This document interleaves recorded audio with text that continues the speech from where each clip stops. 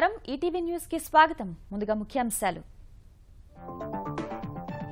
AP సర్కార్ పనితీరుపై CAG అక్షింతలు పట్టిసీమలో కోట్లు వృధా అని ఆక్షేపణ పోలవరం పూర్తయితే దండగేనని వ్యాఖ్య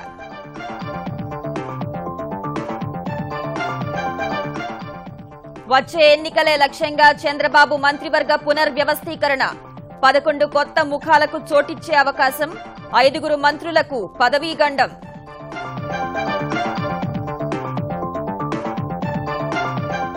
సింగరేణి వారసత్వ ఉద్యోగాలపై వెనక్కి తగ్గేదే లేదన్న కేటీఆర్ సుప్రీంకోర్టుకెళ్లేందుకు సన్నద్దమవుతున్నామని వెల్లడి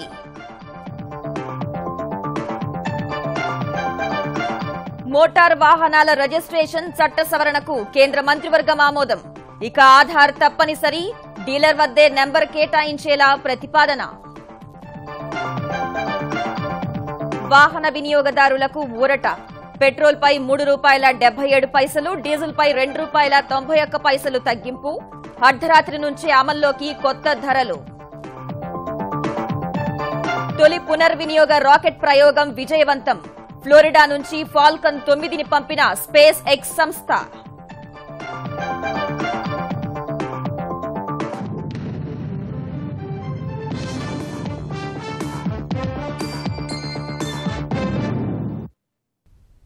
పట్టిసీమ ప్రాజెక్టులో అధిక ప్రీమియం టెండర్ల వల్ల ఆంధ్రప్రదేశ్ సర్కార్పై 200 కోట్ల రూపాయల అదనపు భారం పడిందని controller and auditor general CAG నివేదిక స్పష్టం చేసింది. కృష్ణపట్నం థర్మల్ విద్యుత్ కేంద్రంలో 9,000 కోట్ల పైచిలుకు విలువైన విద్యుత్ ఉత్పత్తి కాలేదని కాగ్ లెక్క తేల్చింది. ఆర్థిక రంగం, స్థానిక సంస్థలు, ప్రభుత్వ రంగ సంస్థలు, రెవెన్యూ, సంక్షేమ రంగాల్లో అవకతవకలను కాగ్ కడిగేసింది.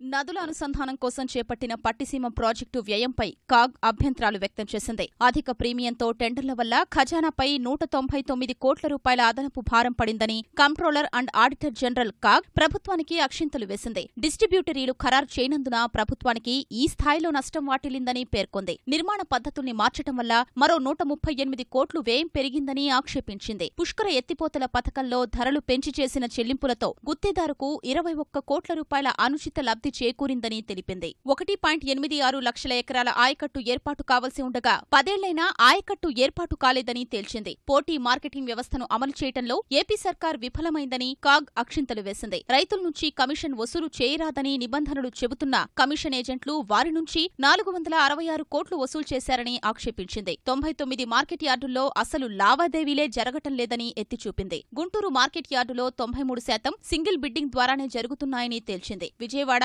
ఆర్టీపీపీ కేంద్రాల్లో నాసిరకం బొగ్గు సేకరణతో 918 కోట్లు అనవసర వ్యయం జరిగిందని పేర్కొంది. ఎక్కువ బొగ్గును మండించడం ద్వారా 3,179 కోట్ల విలువైన 86 లక్షల మెట్రిక్ టన్నులు అదనంగా ఖర్చు చేశారని కాగ్ వెల్లడించింది. కృష్ణపట్నం థర్మల్ విద్యుత్ కేంద్రంలో పేలవ నిర్వహణ వల్ల 9,251 కోట్ల విలువైన అమ్మదగిన విద్యుదుత్పత్తి కాలేదని కాగ్ అక్షింతలు వేసింది. ఆంధ్రప్రదేశ్ విమానయాన కార్పొరేషన్ సరైన అంచనాలు లేకుండా హెలికాప్టర్లను అద్దెకు తీసుకోవటం వల్ల 14.3 కోట్ల అదనపు మొత్తాన్ని సరస్ ఏవియేషన్ అనే సంస్థకు చెల్లించాల్సొచ్చిందని వెల్లడించింది. కొన్ని నగరపాలికలు, పురపాలికల్లో నీటి డిమాండ్, సరఫరాకు వ్యత్యాసం 80% వరకు ఉందని కాగ్ స్పష్టం చేసింది. పంచాయతీల్లో ఈ పంచాయతీ ప్రధాన లక్ష్యాన్ని విస్మరించారని, కంప్యూటరీకరణ ఎక్కడా జరగలేదని కాగ్ స్పష్టం చేసింది. ఆంధ్రప్రదేశ్లో 69 ఏళ్లుగా భూముల రీసర్వే జరగలేదని కాగ్ ఆక్షేపించింది. రెసిడెన్షియల్ పాఠశాలల్లో ఉన్నత శ్రేణి గ్రేడులు 90% నుంచి 74% పడిపోయాయని కాగ్ వెల్లడించింది. ఏపీ వైద్య సేవలు, మౌలిక వసతుల కల్పనా సంస్థ కొనుగోలు చేసిన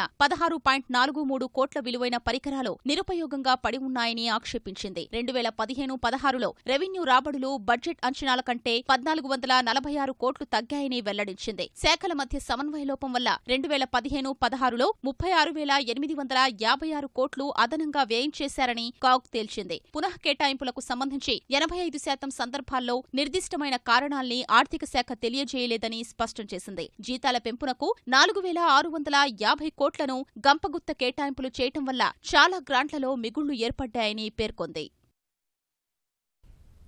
మరో 2 ఏళ్లలో ఎన్నికలకు వెళ్లాల్సిన నేపథ్యంలో రేపు జరిగే ఆంధ్రప్రదేశ్ మంత్రివర్గ విస్తరణలో భారీ మార్పులు, చేర్పులు ఉండే అవకాశాలున్నాయి.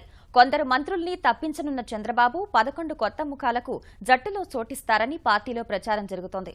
సామాజిక సమీకరణాల లెక్కలు తప్పకుండా వైకాపా నుంచి తెలుగుదేశం తీర్థం పుచ్చుకున్న వారితో జట్టు కూర్పు కత్తిమీద సాములా మారింది.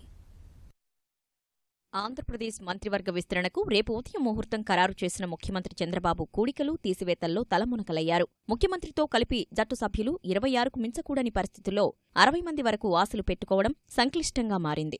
ప్రస్తుతం ఖాళీగా ఉన్న 6 బెర్తులు పూర్తి చేస్తూనే దాదాపు 5గురు మంత్రులకు ఉద్వాసన పలకనున్నట్లు తెలుస్తోంది. మంత్రిగా లోకేష్ పేరు ఖాయమైన పరిస్థితుల్లో కమ్మ సామాజిక వర్గం నుంచి మరెవరికి అవకాశం ఉండదని భావిస్తున్నారు. శ్రీకాకుళం నుంచి కళా వెంకట్రావుకు చోటిచ్చి ఆయన బంధువైన మృణాలిని తప్పించవచ్చని తెలుస్తోంది. ఇక వైకాపా నుంచి తెదేపా తీర్థం పుచ్చుకున్న సుజయ్ కృష్ణ రంగారావుకు అవకాశం ఇస్తారని తెలుస్తోంది. పశ్చిమ గోదావరి జిల్లా ఉండి ఎమ్మెల్యే శివరామరాజు పేరు పరిశీలనలో ఉంది. ఇక బీసీ సంక్షేమ శాఖ మంత్రి కొల్లు రవీంద్ర సీటు ఊగిసలాటలో ఉన్నట్లు ప్రచారం జరుగుతోంది. సాంఘిక సంక్షేమ శాఖ మంత్రి రావెల కిషోర్ బాబుకు ఉద్వాసన తప్పదని భావిస్తుండగా ఆయన స్థానంలో నక్కా ఆనంద్, శ్రవణ్ కుమార్లలో ఎవరో ఒకరికి అవకాశం దక్కొచ్చు. ఒకవేళ ప్రత్తిపాటి పుల్లారావును తప్పిస్తే ధూళిపాళ్ల నరేంద్ర లేదా ఎరపతినేని శ్రీనివాసరావులో ఒకరికి పదవి వరించే అవకాశం ఉంది. కర్నూలు జిల్లాలో అఖిలప్రియను మంత్రివర్గంలోకి తీసుకుని ఆమె కుటుంబ వ్యతిరేక వర్గంలో అసంతృప్తి లేకుండా శిల్పా చక్రపాణి రెడ్డికి మండలి చైర్మన్ పదవి కట్టబెట్టే అవకాశం ఉంది. చిత్తూరు నుంచి అమర్నాథ్ రెడ్డి పేరు వినిపిస్తుండగా ఆ ప్రభావం బొజ్జల గోపాలకృష్ణారెడ్డిపై పడొచ్చు. నెల్లూరు నుంచి సోమిరెడ్డి చంద్రమోహన్ రెడ్డి పేరు బలంగా వినిపిస్తోంది. ఇక కడప జిల్లా నుంచి మంత్రివర్గంలో చోటు లేనందున ఆదినారాయణ రెడ్డికి అవకాశమిచ్చి ఆయన వ్యతిరేక వర్గం నుంచి ప్రతిఘటన రాకుండా రామసుబ్బారెడ్డికి ఆర్టీసీ చైర్మన్ పదవి కట్టబెడతారని తెలుస్తోంది. బీసీ కోటాలో కాల్వ శ్రీనివాసులు, పార్థసారథి, శంకర్ యాదవ్, బీదా రవిచంద్ర యాదవ్లలో ఒకరిని అదృష్టం వరించనుంది. మంత్రివర్గంలో ఇప్పటివరకు ప్రాతినిధ్యం లేని మైనారిటీలకు అవకాశమిస్తే ఎమ్మెల్సీ షరీఫ్, ఎమ్మెల్యేలు చాంద్ బాషా, జలీల్ ఖాన్ పోటీ పడుతుండగా ఎస్సీ కోటా కింద Araku MLA Sarveswara Rao, MLC Gummadi Sandhya Rani, Polavaram MLA శ్రీనివాసులలో ఒకరిని అదృష్టం వరించనుంది. ఎస్సీ మాదిక సామాజిక వర్గం నుంచి Kovvur MLA Jawahar, Payakaraopeta MLA Anitha, Yerragondapalem MLA David రాజుల్లో ఒకరికి అవకాశం దక్కవచ్చు. ఈ సాయంత్రానికి ఒక స్పష్టత వచ్చే అవకాశం ఉంది. రేపు జరిగే మంత్రివర్గ పునర్వ్యవస్థీకరణలో చోటు ఖాయమైన వేళ శాసన మండలి సభ్యుడిగా ప్రమాణం చేసిన నారా లోకేష్ ఇకపై పూర్తి సమయాన్ని ప్రభుత్వానికి, పార్టీకి కేటాయించాలని నిర్ణయించుకున్నారు. ఇందుకు తగ్గట్లుగా హెరిటేజ్ బాధ్యతల నుంచి తప్పుకున్నట్టు ఆయన ట్విట్టర్లో పేర్కొన్నారు. అమ్మ భువనేశ్వరి, భార్య బ్రహ్మణి నాయకత్వంలో హెరిటేజ్ మరింత విజయం సాధిస్తుందని ఆశిస్తున్నానని చెప్పిన ఆయన మండలి సభ్యుడిగా ఎంతో మంది పెద్దల నుంచి అనేక విషయాలను నేర్చుకునేందుకు వచ్చిన అవకాశాన్ని సద్వినియోగం చేసుకుంటానని చెప్పారు. శాసన మండలిలో ప్రతిపక్షం నిర్ణయాత్మక సూచనలు చేస్తోందని, ఇదే తరహాలో శాసనసభ కూడా నడిస్తే ప్రజలకు మేలు జరుగుతుందని లోకేష్ వ్యాఖ్యానించారు. పథకాల అమలు, పరిపాలనలో పారదర్శకతే లక్ష్యంగా ఆధార్ సేవలను విస్తరిస్తున్న కేంద్రం వాహనాల రిజిస్ట్రేషన్, డ్రైవింగ్ లైసెన్సుల జారీలోనూ తప్పనిసరి చేయాలని నిర్ణయించింది. ఈ మేరకు మోటారు వాహనాల చట్ట సవరణ బిల్లులో చేర్చిన ప్రతిపాదనకు కేంద్ర మంత్రివర్గం ఆమోదించింది. ఆర్టీఓ అధికారుల వేధింపులు లేకుండా చేసేందుకు 100% ఈ పరిపాలనా విధానాలను బిల్లులో పొందుపర్చారు. ఆర్టీఓలే వాహనాల రిజిస్ట్రేషన్ తనిఖీ చేయాలనే పార్లమెంటరీ స్థాయి సంఘం సిఫార్సుల్ని తిరస్కరించారు. డీలర్లు కూడా అఖిల భారత ఎలక్ట్రానిక్ రిజిస్టర్ పేరిట తీసుకొచ్చే విధానం ద్వారా వాహనాలను రిజిస్టర్ చేసే వీలు కల్పిస్తామని మంత్రివర్గ సమావేశం అనంతరం కేంద్ర ఉపరితల రవాణా శాఖ మంత్రి నితిన్ గడ్కరీ తెలిపారు. ఇదే సమయంలో రహదారి భద్రతా చర్యలు ఉల్లంఘించే వారిపైన కఠిన చర్యలను బిల్లులో ప్రతిపాదించారు. రోడ్డు ప్రమాదాల్లో మృతి చెందిన వారి కుటుంబాలకిచ్చే పరిహారాన్ని 5 లక్షలకు పెంచడమే కాక 4 నెలల్లోనే చెల్లించాలని నిబంధన విధించారు. हमारे सरकार की नीति डिजिटल इंडिया, ये महत्वपूर्ण नीति होने के कारण इस पूरे बिल में 100% ई गवर्नेंस का उपयोग करके transparency, time bound decision making process and corruption free system जनता को, और जिसमें कोई गड़बड़ नहीं हो सकती, उस प्रकार के निर्णय हमने इसमें किए हैं. तो आइडेंटिटी वेरिफिकेशन के लिए आधार का उपयोग किया जाएगा जो ऑनलाइन होगा. खराब सड़क पर दुर्घटना होने पर कॉन्ट्रैक्टर या सड़क के ओनरशिप जिनके उनको जिम्मेदार ठहराया जाएगा. जो मुआवजा था उसमें 10 गुना वृद्धि हुई है. वो 50,000 रुपए था, अब हमने उसको 5 लाख किया है. బాలిక విద్యను ప్రోత్సహించేందుకు కేంద్ర ప్రభుత్వం మరిన్ని నిధులు ఇవ్వాల్సిన అవసరం ఉందని, విద్యారంగ అభివృద్దిపై జాతీయ స్థాయిలో సలహాలిచ్చేందుకు తెలంగాణ ఉప ముఖ్యమంత్రి కడియం శ్రీహరి నేతృత్వంలో ఏర్పాటైన మంత్రివర్గ ఉపసంఘం అభిప్రాయపడింది. గత 3 బడ్జెట్లలో కేంద్రం కేటాయింపులు తక్కువగా ఉన్నాయని గువహటిలో జరిగిన 2వ సమావేశంలో కమిటీ పేర్కొంది. కస్తూర్బా గాంధీ బాలికల విద్యాలయాల వల్ల మంచి ఫలితాలొస్తున్నాయని, విద్యాపరంగా వెనుకబడ్డ ప్రాంతాల్లో కొత్తవి ఏర్పాటు చేయాల్సిన అవసరం ఉందని అభిప్రాయపడింది. ప్రస్తుతం కస్తూర్బా గురుకులాల్లో 8వ తరగతి వరకే అందిస్తున్న కేంద్ర ఆర్థిక సాయాన్ని ఇంటర్ వరకు విస్తరించాలని ప్రతిపాదించింది. వచ్చే నెలలో ఢిల్లీలో బాలికల విద్య, ఆరోగ్యం, భద్రతపై పనిచేస్తున్న వివిధ శాఖాధికారులతో సమావేశం ఏర్పాటు చేయాలని సమావేశంలో నిర్ణయించారు. చమురు మంట నుంచి వాహన వినియోగదారులకు మంచి ఊరటే లభించింది. చమురు మార్కెటింగ్ సంస్థలు పెట్రోల్పై లీటరుకు ₹3.77, డీజిల్పై ₹2.91 తగ్గించాయి. స్థానిక పన్నులు పరిగణనలోకి తీసుకుంటే ఈ ధరలు మరింతగా తగ్గనున్నాయి. గత అర్ధరాత్రి నుంచే కొత్త ధరలు అమల్లోకొచ్చాయి. 2.5 నెలల తర్వాత చమురు ధరలు సవరించిన సంస్థలు అంతర్జాతీయ మార్కెట్లో ముడి చమురు ధరలు డాలర్తో రూపాయి మారకం విలువను పరిగణనలోకి తీసుకునే ధరలు తగ్గించినట్లు తెలిపాయి. సింగరేణి వారసత్వ ఉద్యోగాల విషయంలో ఇచ్చిన మాట తప్పే ప్రసక్తే లేదని తెలంగాణ ఐటీ శాఖ మంత్రి కె తారక రామారావు స్పష్టం చేశారు. హైకోర్టు తీర్పును సుప్రీంకోర్టులో సవాల్ చేసేందుకు సన్నద్దమవుతున్నట్లు పెద్దపల్లి జిల్లా రామగుండంలో జరిగిన తెరాస కార్యకర్తల సమావేశంలో ప్రకటించారు. ఈ విషయంలో అపోహలు సృష్టించేందుకు ప్రయత్నిస్తున్న విపక్షాలను నమ్మొద్దని కేటీఆర్ కోరారు.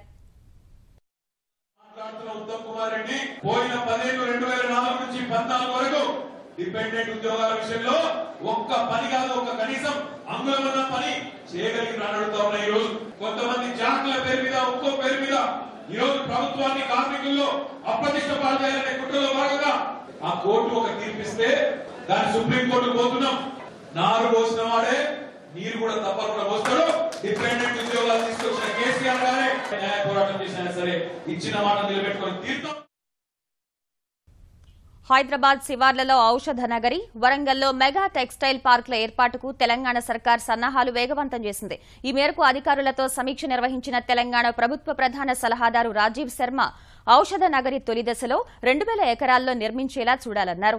ఔషధ పరిశ్రమలకు సంబంధించిన పారిశ్రామికవేత్తలు, యాజమాన్యాలతో సమావేశం ఏర్పాటు చేయాలని అధికారులకు సూచించారు. వివిధ రాష్ట్రాల్లో ఔషధ పరిశ్రమలకు ఇస్తున్న రాయితీలను పరిశీలించాలని అధికారుల్ని ఆదేశించిన రాజీవ్ శర్మ ఇక 15 రోజులకోసారి పనుల పురోగతిని సమీక్షిస్తానన్నారు.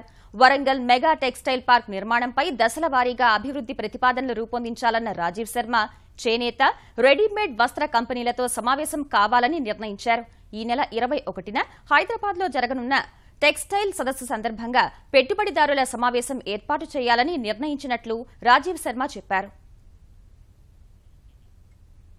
ప్రపంచ ఉద్యమాలకు చుక్కానిగా నిలిచిన ఉస్మానియా విశ్వవిద్యాలయ వారసత్వాన్ని కొనసాగించాల్సిన అవసరం ఉందని ప్రగతిశీల పూర్వ విద్యార్థులు అభిప్రాయపడ్డారు. ఉస్మానియా విశ్వవిద్యాలయం 100 ఏళ్ల ఉత్సవాల సందర్భంగా ఓయూలో జరిగిన సమ్మేళనంలో పలువురు ప్రముఖులు పాల్గొన్నారు. తెలంగాణ రైతాంగ సాయుధ పోరాటం మొదలు తొలి, మలిదశ తెలంగాణ పోరాటాల వరకు ఉస్మానియా విశ్వవిద్యాలయం పోషించిన పాత్రను స్మరించుకున్నారు.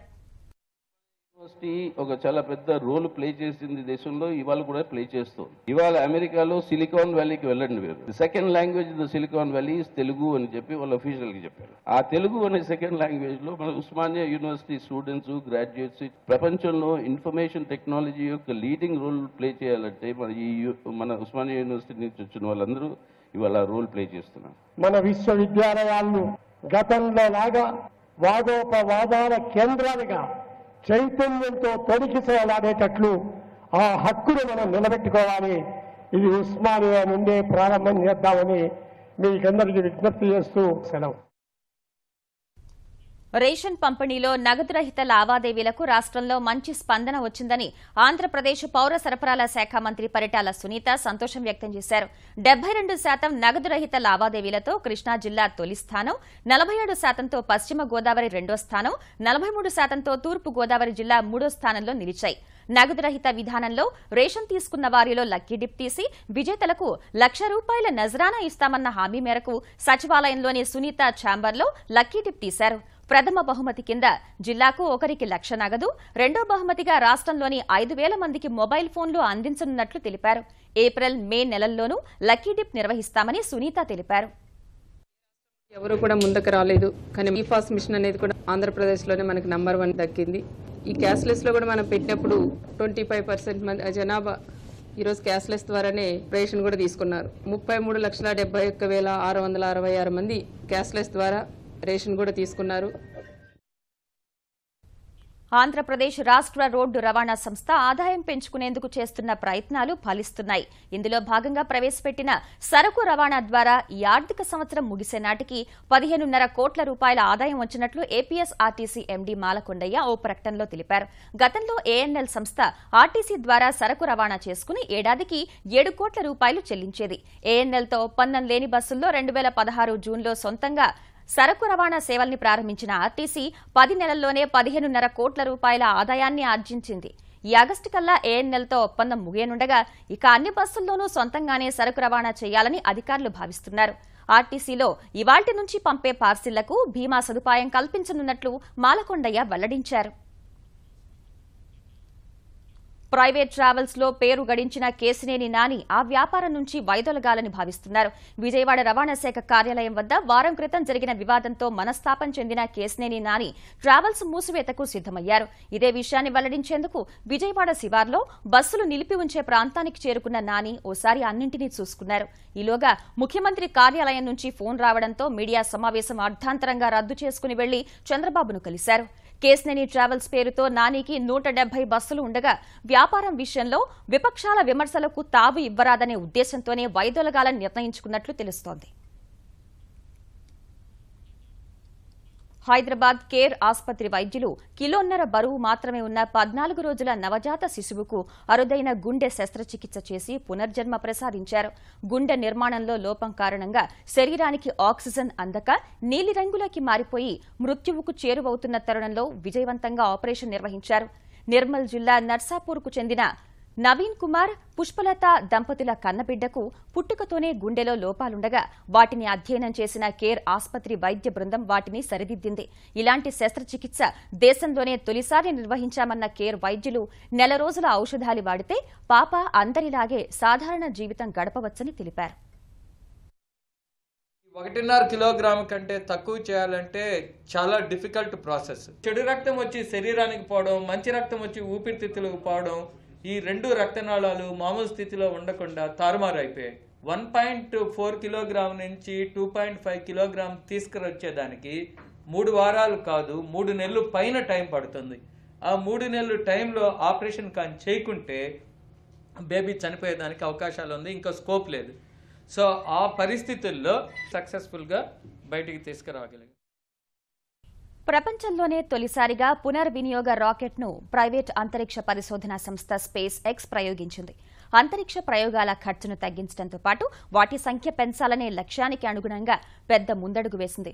అమెరికా అంతరిక్ష పరిశోధనా సంస్థ నాసాకు చెందిన ఫాల్కన్ 9 రాకెట్ను ఫ్లోరిడాలోని కెనడీ అంతరిక్ష కేంద్రం నుంచి ప్రయోగించిన స్పేస్ ఎక్స్ ఒక ప్రసార ఉపగ్రహాన్ని విజయవంతంగా కక్షలోకి ప్రవేశపెట్టింది. ఈ రాకెట్లోని బూస్టర్ను గతేడాది తొలిసారి ఉపయోగించగా ఆ తర్వాత అది సముద్రంలో నిర్మించిన ఒక వేదిక మీదకు దిగింది. దానికే మరమ్మతులు చేసి తిరిగి ఉపయోగించారు. తాజా ప్రయోగం అనంతరం కూడా ఈ సాధనం మిగతా రాకెట్ నుంచి విడిపోయి తిరిగి సముద్ర వేదికపైకి క్షేమంగా దిగింది. మూడోసారి ఉపయోగించుకునే వీలు దక్కింది. అయోధ్యలో రామ్ మందిరం, బాబ్రీ మసీద్ వ్యవహారంపై సత్వర విచారణ జరిపేందుకు సర్వోన్నత న్యాయస్థానం నిరాకరించింది. వివాదాస్పద స్థలంలో రామమందిర నిర్మాణానికి ఆదేశాలివ్వాలని అభ్యర్థిస్తూ భారతీయ జనతా పార్టీ సీనియర్ నేత సుబ్రహ్మణ్య స్వామి దాఖలు చేసిన వ్యాజ్యంపై సుప్రీంకోర్టు ఈ మేరకు స్పందించింది. అయోధ్య కేసులో తాను కక్షిదారుడు కాదని స్వామి చెప్పలేదని, ప్రసార మాధ్యమాల ద్వారానే ఆ విషయం తమకు తెలిసిందని ధర్మాసనానికి నేతృత్వం వహిస్తున్న ప్రధాన న్యాయమూర్తి జస్టిస్ జేఎస్ కెహర్ వ్యాఖ్యానించారు. కేసు పెండింగ్లో ఉన్నందున తన ప్రార్థించే హక్కుకు భంగం వాటిల్లుతున్నందునే మధ్యంతర వ్యాజ్యం వేసినట్లుగా స్వామి వివరించగా, అయోధ్య కేసులో సత్వర విచారణ కుదరదని సుప్రీంకోర్టు స్పష్టం చేసింది. గతంలో స్వామి వేసిన వ్యాజ్యంపై మార్చి 21న వాదనలు విన్న ధర్మాసనం వివాదాన్ని కోర్టు బయట చర్చల ద్వారా పరిష్కరించుకోవాలని కక్షిదారులకు సూచించింది.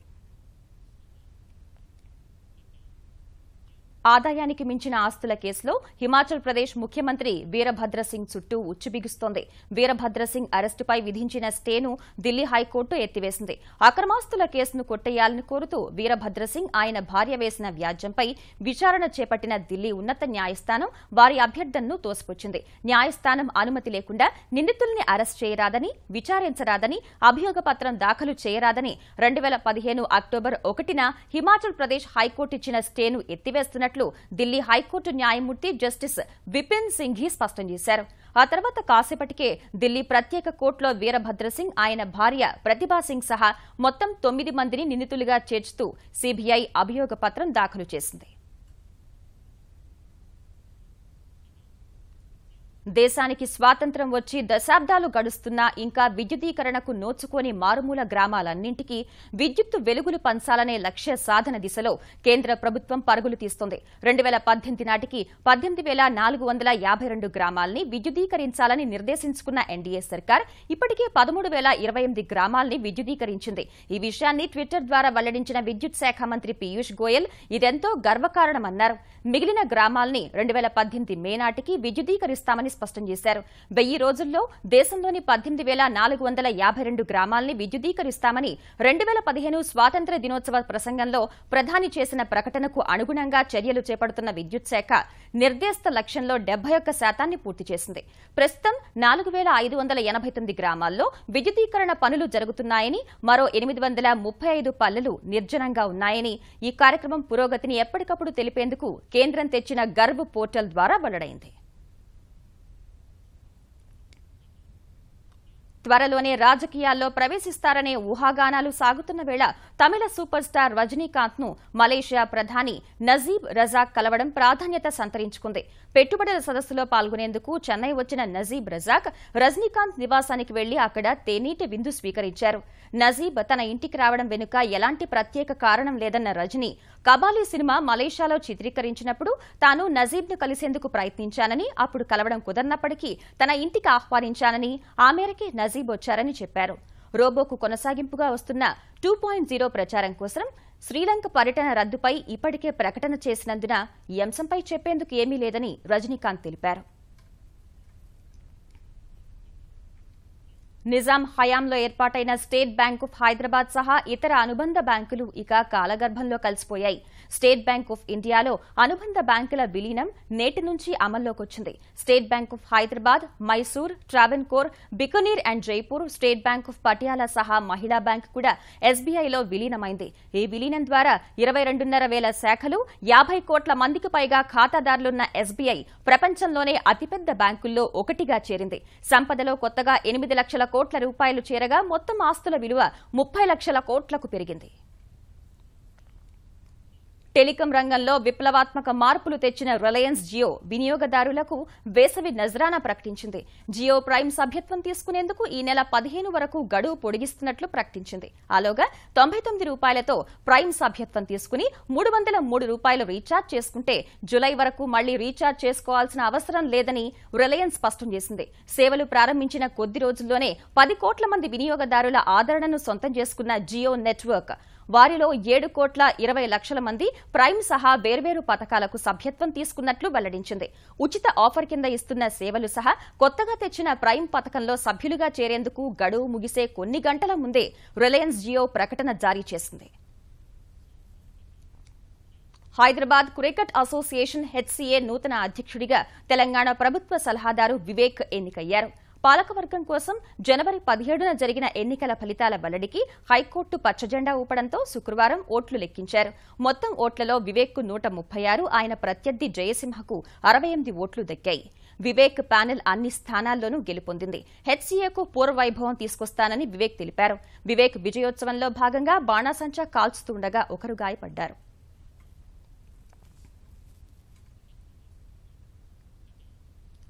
ఇక ముఖ్యాంశాలు మరోసారి. ఏపీ సర్కార్ పనితీరుపై కాగ్ అక్షింతలు, పట్టిసీమలో కోట్లు వృధా అని ఆక్షేపణ, పోలవరం పూర్తయితే దండగేనని వ్యాఖ్య.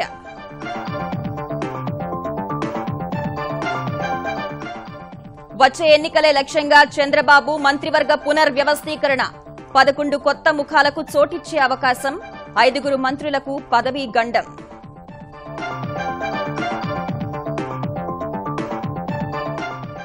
సింగరేణి వారసత్వ ఉద్యోగాలపై వెనక్కి తగ్గేదే లేదన్న కేటీఆర్, సుప్రీంకోర్టుకెళ్లేందుకు సన్నద్దమవుతున్నామని వెల్లడి.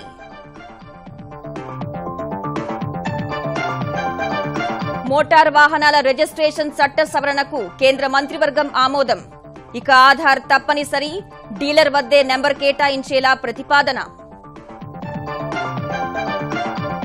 వాహన వినియోగదారులకు ఊరట. పెట్రోల్పై ₹3.77, డీజిల్పై ₹2.91 తగ్గింపు. అర్ధరాత్రి నుంచే అమల్లోకి కొత్త ధరలు. తొలి పునర్వినియోగ రాకెట్ ప్రయోగం విజయవంతం. ఫ్లోరిడా నుంచి ఫాల్కన్ 9ని పంపిన స్పేస్ ఎక్స్ సంస్థ.